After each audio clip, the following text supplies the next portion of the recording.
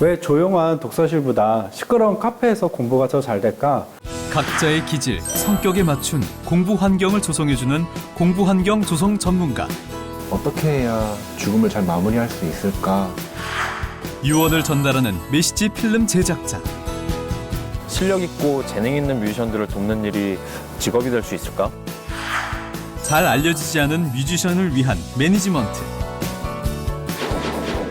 더 이상 직업을 선택하지 않고 직접 만든다. 창조적 아이디어와 활동을 통해 스스로 새로운 직업을 만들어내는 창직.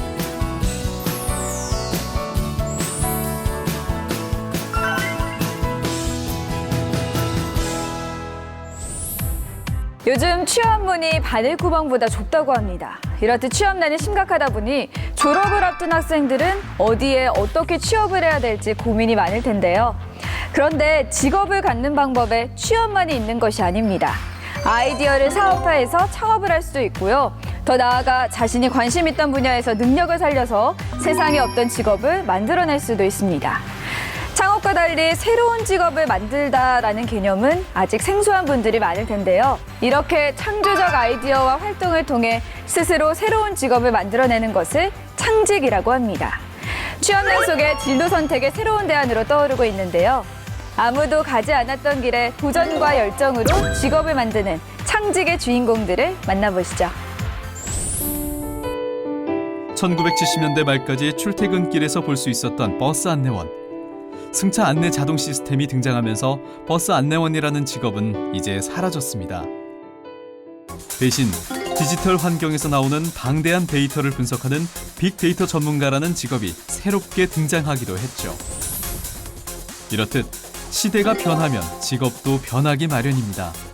그리고 사회의 요구에 따라 누군가는 새로운 직업을 만듭니다. 자신의 어떤 창의적인 아이디어라든지 어떤 역량 이런 걸 발휘해서 새로운 직업을 발굴하고 개발해서 자기 스스로 직업을 창출하는 것을 이제 그런 활동을 우리가 이제 창직이다 이렇게 이제 표현합니다. 창직은 창업과는 다른 개념입니다. 이익을 얻기 위해 자본을 이용해 사업을 여는 것이 창업이고요. 그에 반해 창직은 새로운 직업을 발굴하고 이를 토대로 일자리를 창출하는 활동입니다. 취업난 속에 새로운 대안으로 떠오른 창직. 이제 창직의 시대입니다. 고등학생 자녀를 둔 한 학부모를 찾은 이만규 씨.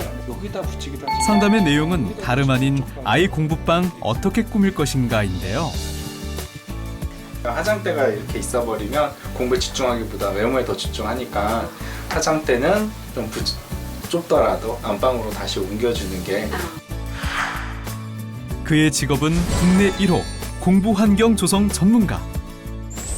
스스로 직업을 만든 창직자입니다. 공부 환경 조성 전문가는 아이의 특성과 성향을 파악한 뒤 집중해서 공부할 수 있도록 공부방을 그에 맞게 꾸며주는 직업인데요. 이게 들어왔을 때 침대가 먼저 보이면 먼저 진짜 눕고 싶다는 생각을 먼저 할 것 같아요. 책상이 이쪽으로 있는 게 훨씬 더 나았을 것 같고 전혀 생각을 못 했었거든요. 약간의 소음과 함께 탁 트인 카페에서 공부가 잘 되는 사람이 있고 조용한 도서관에서 공부가 잘 되는 사람이 있습니다. 사람의 성격이 다르듯 그에 맞는 공부 환경이 다른 것이죠.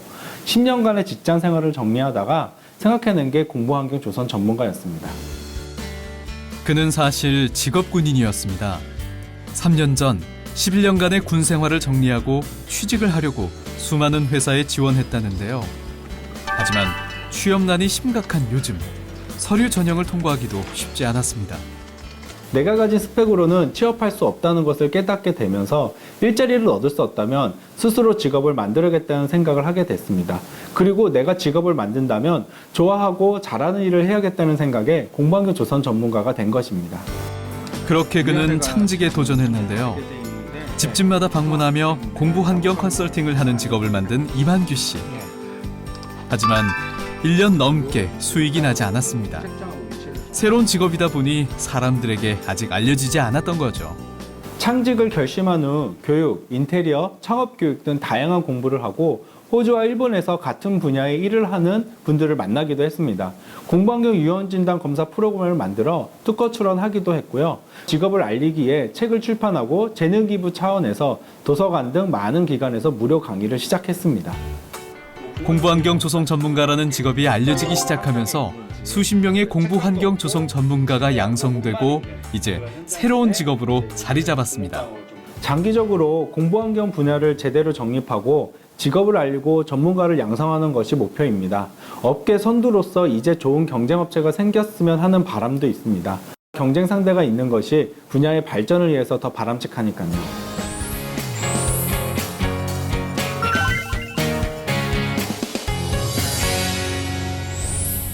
보신 것처럼 창직은 자신의 적성과 관심에 맞는 나만의 새로운 직업을 만들고 그 일자리를 사회와 나누는 것인데요.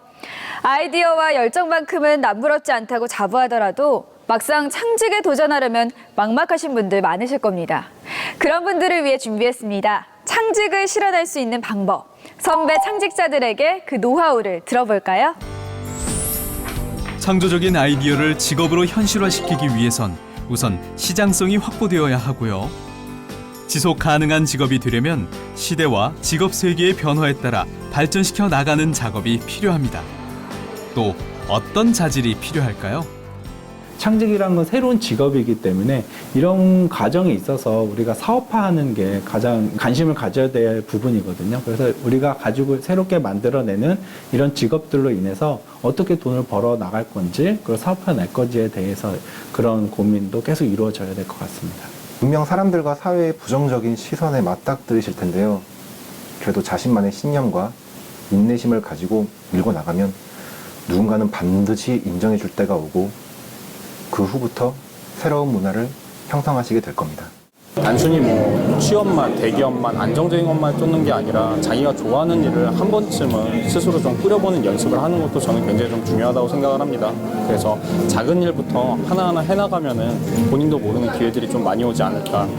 저는 그랬었던 것 같거든요. 어떤 사물에 대한 지속적인 관심, 모니터링, 또 그걸 통해서 끈기 있게 그 부분에 대한 문제를 해결할 수 있는 마음가짐, 태도가 창직을 할 수 있는 가장 핵심적인 부분입니다. 그래서 어떤 부분이 좀 어려움이 있더라도 실패를 통해서 또 성공할 수 있는 부분이기 때문에 그걸 끊임없이 살피고 또 끊임없이 도전하는 그런 태도를 갖고 접근하는 게 굉장히 중요합니다. 자신에게 맞는 새로운 직업을 발견했다면 이제 구체화시키는 일이 남았죠. 하지만 온전히 개인의 힘으로 직업을 창조하는 건 벅찬 일입니다. 그래서 창직을 꿈꾸는 이들을 돕는 곳이 있습니다. 청년 창업을 지원하기 위한 서울시의 챌린지 1000 프로젝트에 참여해 지원을 받았습니다.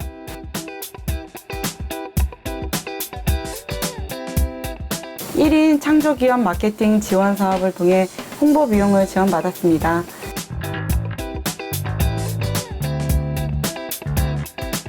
고용노동부의 창조 캠퍼스라는 지원 프로그램이 있었어요.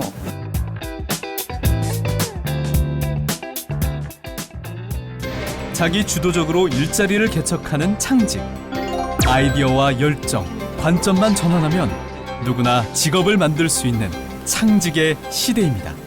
자기가 창직하는 아이템이 과연 시장에 수요가 있는지, 또는 이게 이제 직업 세계의 어떤 변화를 잘 살펴서 정말 앞으로 또는 지금 현재 필요한 그런 서비스들을 반드시 확인을 해야 합니다.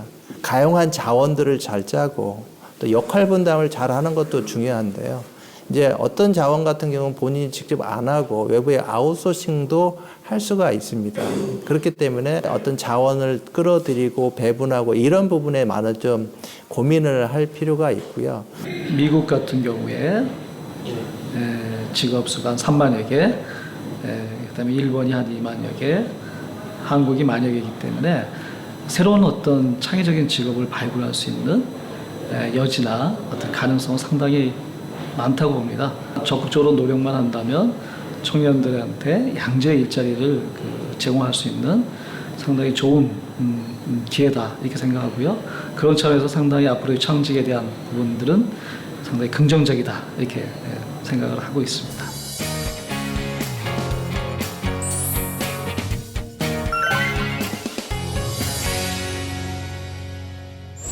지금까지 창조적 아이디어와 활동을 통해 자신의 능력과 흥미에 맞는 스스로 새로운 직업을 만들어내는 창직자들을 만나봤는데요. 여러분도 창직을 꿈꾼다면 창직을 지원하는 다양한 사업을 통해 도움을 받을 수 있습니다. 고용노동부에서 운영하는 청년 취업 아카데미에는 1년에 한 번 창직 아이디어 공모를 통해 선정된 이들에게 창직 활동을 돕고 있고요. 또 창직을 희망하는 청년들이 전문가 곁에서 실전 경험을 쌓을 수 있는 청년 창직 인턴제도 있습니다.